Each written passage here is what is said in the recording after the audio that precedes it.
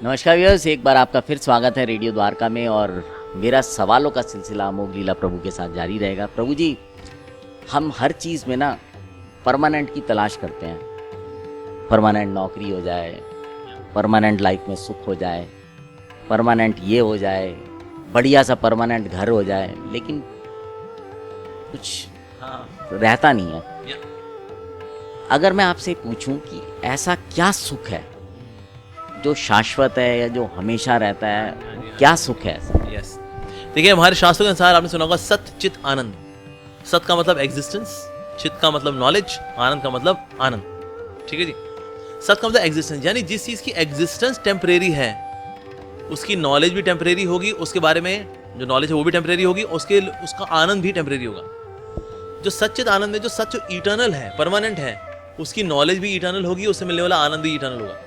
अब क्योंकि शरीर ही टेम्परेरी है, सत, इससे शरीर से संबंधित जो ज्ञान है वो भी टेम्परेरी होता है, और इससे मिलने वाला जो आनंद है वो भी टेम्परेरी होता है। कुछ आप स्वादिष्ट खाते हैं, कुछ आप सुंदर देखते हैं, कुछ मधुर सुनते हैं। अब क्योंकि ये बॉडी ही टेम्परेरी है तो इससे मिलने वाले सेंसुअल सुख भी टेम्परेरी है। माइंड अगेन मैटर, मन में मिलने वाला सुख भी टेम्परेरी होता है। इंटेलेक्चुअल सुख, मैंने चेस खेली, चेस में इट्स इंटेलेक्चुअल प्लेजर, पर ये भी टेम्परेरी बिकॉज बॉडी का पार्ट है, बॉडी टेम्परेरी, तो ये वाला सुख भी टेम्परेरी।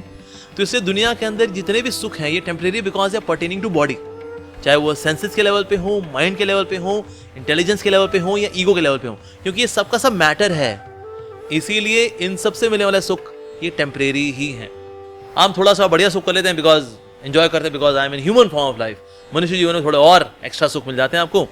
जो ये है जानवर वगैरह है, इनका खाने का सुख है, थोड़ा सोने का सुख है, थोड़ा भोगने का सुख हो गया, ठीक है, ब्रीडिंग सीजन आए तो मेरे बच्चे भी हो रही है। लेकिन इंसान थोड़ा सा ऐसे और सोफिस्टिकेटेड वे में एंजॉय कर लेता है। बढ़िया खाना है, इडली वड़ा डोसा सामान, नॉर्थ इंडियन साउथ इंडियन, थोड़ा कॉन्टिनेंटल वैरायटी हो गई जी। ठीक है, सोना वो कहीं पे सो जाते हैं, हम स्लीप वाले के गद्दे पे एसी चला करके एक हाई राइज बिल्डिंग में 50वें फ्लोर पे सोते हैं।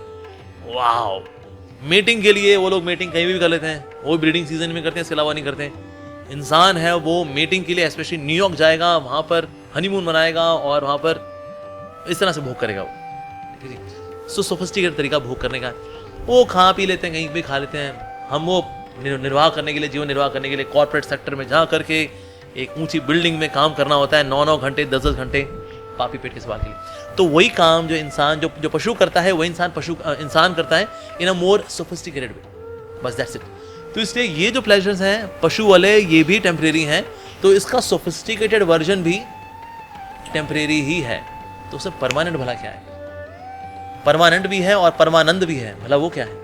वो है आत्मा का सुख। अच्छा, तो आत्मा भला कोई किस में सुख लेती है? भला आत्मा देती है भक्ति में सुख परमात्मा की। परमात्मा कौन? कृष्ण।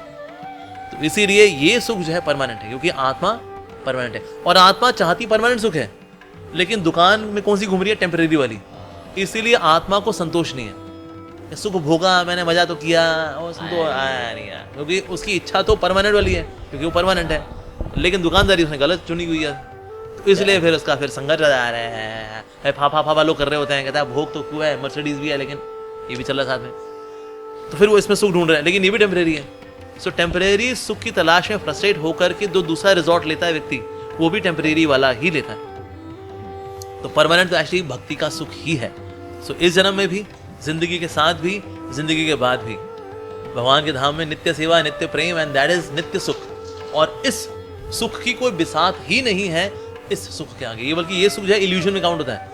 ये रियल सुख है और समुद्र है ये सुख का, और हमेशा रहता है। तो ये परमानेंट भी है और परमानंद भी है, भक्ति का सुख। बहुत बहुत धन्यवाद प्रभु जी, बहुत ही सरल शब्दों में आपने चीज़ को बताया।